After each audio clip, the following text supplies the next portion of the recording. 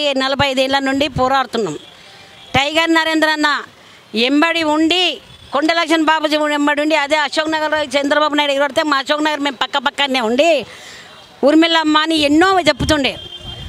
ఆ మాటలు మాకు ఒక ఉడబోసినట్టు వినిపిస్తుండే.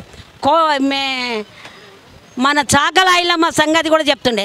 చాకల ఐలమ్మను భర్తను అరెస్ట్ చేసి పెడితే నరసింహను మన కొండ లక్ష్మణ్ బాబూజీ భువనగిరి జైల్లో ఉంటే అందులోకి వెళ్ళి ఇడిపించేసి సవాల్ చేసి ఎన్నో కొట్లాడి ఆమెకు అవార్డు వస్తట్టు అప్పచెప్పింది.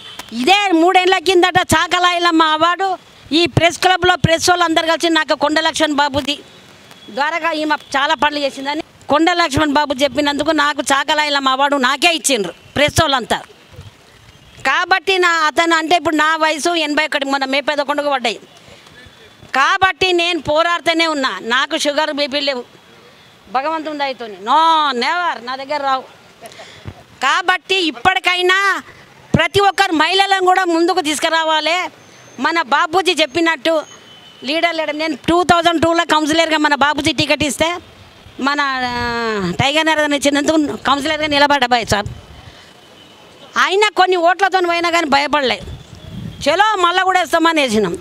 కాబట్టి మనము ఎట్లాగైనా మన పద్మశాలీల సత్తా చూపించుకోవాలంటే సాలోలం కాదు, ఒక సముద్రం అని నిరూపించాలి. బీజేపీ మొత్తము అన్ని కులాలు ఒక బీసీ కులాలు ఏకమవుతుంది కానీ ఇప్పుడు పోరాటం తగ్గదు. బీసీ కులాల కోసమని మనం పోరాడాలి. కాబట్టి తప్పకుండా నేను ఎక్కువ ఏమీ మాట్లాడదలుచుకోలేను. అందరికీ నమస్కారం. సారీ.